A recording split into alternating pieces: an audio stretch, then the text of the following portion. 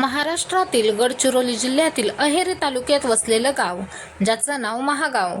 एके दिवशी या गावात राहणाऱ्या एका कुटुंबासोबत एक विचित्र आणि भयानक घटना सुरू झाली. कुटुंबातील सदस्य एक एक करून आजारी पडू लागले. प्रथम कुटुंब प्रमुख आणि त्याची पत्नी आजारी पडतात, नंतर मुलगी, वहिनी, नंतर मुलगा. असा आजार ज्यामध्ये प्रथम संपूर्ण शरीरात तीव्र वेदना होतात आणि नंतर हळूहळू ओठ काळे होऊ लागतात, जीभ ताठ होते. पण या कुटुंबापासून सुरू झालेला हा दुर्दैवी क्रम इथेच थांबत नाही. किंबहुना एकामागून एक आजारी पडणाऱ्या कुटुंबातील सदस्यांचा मृत्यू होऊ लागतो. तेव्हा सर्वप्रथम कुटुंब प्रमुखाचा रुग्णालयात मृत्यू होतो, मग त्याची बायको आणि मग बाकीचे लोक. आणि अशा प्रकारे अवघ्या 20 दिवसात संपूर्ण कुटुंबातील 5 चांगले लोक काही क्षणात मरतात. आणि 20 दिवसात या कुटुंबाला मदत करण्यासाठी येणारे लोक एकतर रुग्णालयात पोहोचतात किंवा थेट स्मशानभूमीत जातात. तेही आजारातून सुटू शकत नाहीत. त्यांचा एक मुलगा दिल्लीला होता. तो गावी आला. तोही आजारी पडला. त्यालाही आश्चर्य वाटले, कारण तोही या आजाराचा बळी ठरत होता. आता प्रश्न असा आहे की हे प्रकरण नेमकं काय आहे? अखेर या विचित्र आजाराचे आणि त्यामुळे होणाऱ्या मृत्यूचे रहस्य काय? हे काही षडयंत्र आहे का? डोक्यावर सावली आहे का? की यामागची कथा काही वेगळी आहे? या मृत्यूची रहस्यमय कहाणी 20 सप्टेंबर 2023 पासून सुरू होते. शंकर आणि त्यांचं कुटुंब यांची जेवणं आटोपली. शंकर कुंभारे व त्यांच्या पत्नी विजया कुंभारे यांची प्रकृती खालावली. दोघांनाही डोक्यापासून पायापर्यंत प्रचंड वेदना होत होत्या. ते वेदनेने विवळत होते. दोघांना अहेरी तहसील येथील रुग्णालयात नेण्यात आले. मात्र तेथे प्राथमिक उपचार करूनही प्रकृतीत सुधारणा न झाल्याने कुटुंबियांनी त्यांना चंद्रपूरला नेले. पण तेथेही त्यांच्या प्रकृतीत सुधारणा झाली नाही. आणि अखेरीस शंकर कुंभारे यांचे आजारपणाच्या 3ऱ्याच दिवशी म्हणजे 26 सप्टेंबर रोजी नागपूर येथील प्रसिद्ध रुग्णालयात निधन झाले. शंकर यांच्या पत्नी विजया कुंभारे यांचाही मृत्यू झाल्याने कुटुंबियांना धक्का बसला होता. म्हणजे 2 दिवसात कुटुंबातील 2 जणांना जीव गमवावा लागला. आता कुटुंबातील 2 जणांचा मृत्यू झाला होता. संपूर्ण कुटुंब दुःखात बुडाले होते. मग कुटुंबातील इतर सदस्यही आजारी पडू लागल्याने या आजाराची आणि मृत्यूची भीती आणखी वाढली. शंकर आणि विजया यांची विवाहित मुलगी कोमल दहागावकर आणि मुलगा रोशन कुंभारे यांची प्रकृतीही अचानक बिघडली. इतकेच काय, शंकर कुंभारे यांच्या शेजारी राहणारी त्यांची मेहुणी आनंदा उर्फ वर्षा उराडे यांची प्रकृती अचानक बिघडली आणि एक एक करून सर्वांना हॉस्पिटलमध्ये दाखल करावे लागले. प्रत्येकाच्या आजाराची लक्षणे सारखीच होती.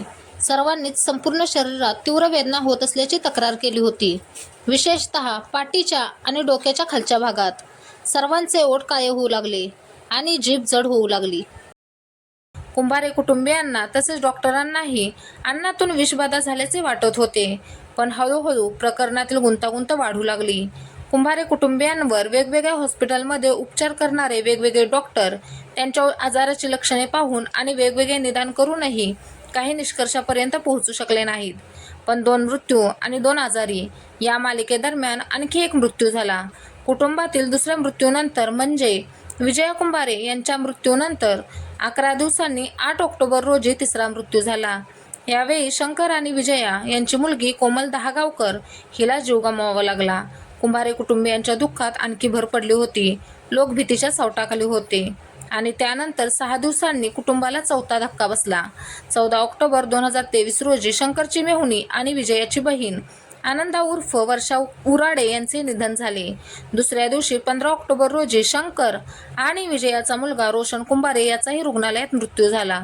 म्हणजेच 20 दिवसात कुंभारे कुटुंबातील शंकर कुंभारे, त्यांची पत्नी विजया कुंभारे, त्यांची विवाहित मुलगी कोमल दहागावकर, मेहुणी वर्षा उराडे आणि विवाहित मुलगा रोशन कुंभारे हे 5 जण कोणत्या ना कोणत्या गूढ आजाराचे बळी ठरले आणि एकामागून एक मरण पावले.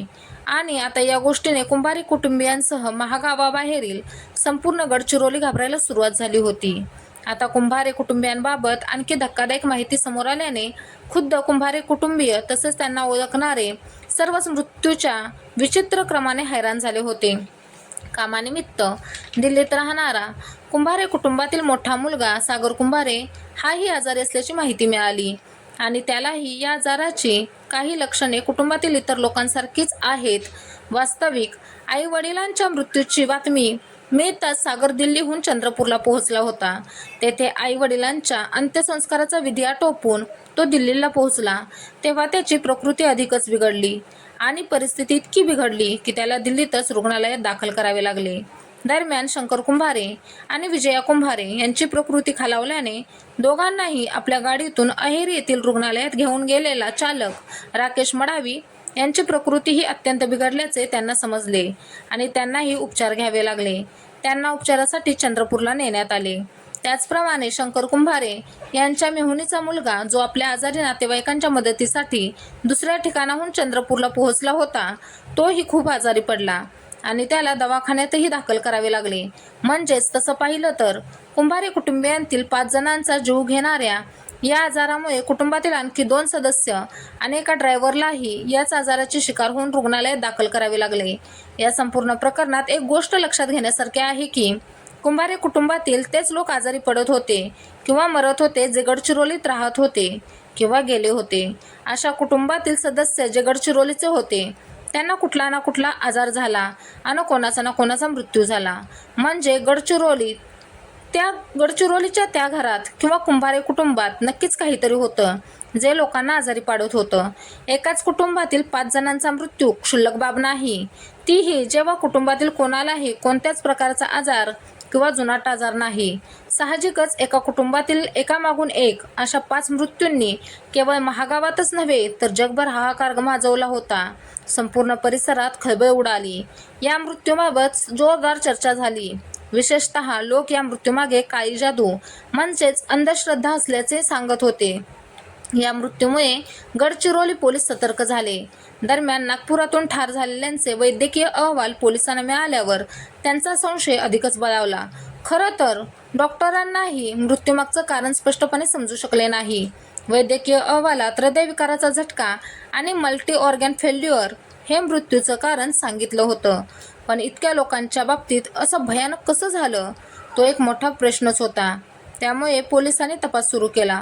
पोलिसांनी तपास करायला सुरुवात केली असता तपासात पहिला संशय कुंभारे कुटुंबाची सून संघमित्रा हिच्यावर गेला. हे सुद्धा साहजिकच होतं कारण कुंभारे कुटुंबातील सर्व लोक आजारी पडत होते आणि एक एक करून मरत होते. पण संघमित्राच्या तब्येतीला काहीही झाले नाही. ती अगदी ठणठणीत होती. तिच्या वागण्या बोलण्यातही दुःख जाणवत नव्हते. अशा स्थितीत पोलिसांनी रोशन कुंभारे यांची पत्नी संघमित्रा कुंभारे किंवा कुंभारे कुटुंबातील सून हिला चौकशीसाठी बोलावले असता हे रहस्य उघड झाले. संघमित्राने आधी पोलिसांना चकवा देण्याचा प्रयत्न केला, मात्र प्रत्येकाच्या आजारपणाच्या आणि स्वतःच्या आरोग्याच्या प्रश्नावर ती अडकली. सासरच्या मंडळींच्या मृत्यूमागे तिचाच हात असल्याचे तिने मान्य केले. पण या कटात तिची एक मावशी रोजा रामटेके हिचाही हात असल्याचे सांगून तिला धक्का दिला. पण आता प्रश्न असा आहे की संघमित्रा आणि तिचे मावशी रोजा यांचे कुंभारे कुटुंबाशी वैर होते. अखेर कुंभारे कुटुंबियांचा जीव घेण्यासाठी त्यांनी असे कोणते विष वापरले ज्यामुळे मृत्यूचे कारणही स्पष्ट झाले नाही आणि एकामागून एक लोक मारले जात आहेत आणि त्यांचा वैद्यकीय अहवाल नैसर्गिक मृत्यू असा कसा येतो आहे. एवढे विचित्र विष त्यांच्याकडे कुठून आले. या हत्येत फक्त दोघांचाच हात आहे की त्यामागे आणखी कोणी आहे. या सर्व प्रश्नांची उत्तरे पोलिसांना मिळवायची होती. गडचिरोली पोलिसांनी संघमित्रासह तिची मावशी रोजालाही ताब्यात घेतले. पकडल्यावर दोघीही स्वतःला निर्दोष ठरवून एकमेकांवर आरोप करू लागल्या. मात्र पोलिसांच्या चौकशीत दोघींचाही हत्येचा हेतू लवकरच समोर आला. संघमित्राची चौकशी केली असता तिने कुंभारे कुटुंबातील मुलगा रोशन सोबत घरच्यांच्या इच्छेविरुद्ध प्रेमविवाह केल्याचे उघड झाले. संघमित्राच्या आईवडिलांना तिच्या लग्नाचे इतके दुःख झाले की त्यांनी आत्महत्या केली. पण इकडे लग्न केल्यानंतर रोशन आणि त्याच्या घरच्यांनी संघमित्राचा छळ करण्यास सुरुवात केली. तिला टोमणे मारू लागले. त्यामुळे संघमित्रा सर्वांचा रागराग करू लागली कारण तिच्या प्रेमविवाहामुळे तिच्या आईवडिलांनी या धक्क्याने आत्महत्या केली होती आणि ज्यांच्या घरात ती आली होती तेच लोक तिचा विश्वास तोडून तिच्यावर अत्याचार करू लागले. त्यामुळेच तिला त्यांच्याकडून बदला घ्यायचा होता. कुंभारे कुटुंबियांशी त्यांची मावशी रोजा रामटेके यांचा जमिनीवरून वाद सुरू होता आणि महागावातील जमिनीचा काही भाग ताब्यात घेण्यासाठी तिला कुंभारे कुटुंबातील लोकांना मार्गातून दूर करायचे होते. अशा परिस्थितीत दोघींनीही कुंभारे कुटुंबियांविषयी मनात वाढलेली रागाची तिरस्काराची भावना एकमेकींना सांगितल्यावर दोघींनी मिळून कुंभारे कुटुंबाला संपविण्याचा कट रचला.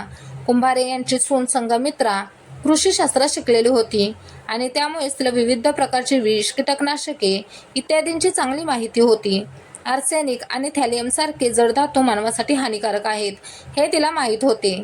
ते लोकांना आजारी पाडते. त्याला रंग नसतो, गंध नसतो आणि चवही नसल्याने जेव्हा कोणी ते कोणाला खाऊ घालते तेव्हा त्यांच्या लक्षातही येत नाही आणि इतरांनाही ते कळत नाही. संघमित्रा गुपचूप सगळ्यांच्या जेवणात हळूहळू थॅलियम मिसळू लागली.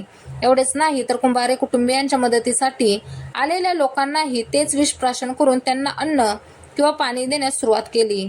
त्यामुळे सध्या इतरही आजारी पडू लागल्याने पोलिसांनी या दोघींनाही तसेच रोजाचा पती प्रमोद याला अटक केली. रामटेके यांनाही ताब्यात घेण्यात आले असून त्यांची भूमिका तपासण्यात येत आहे.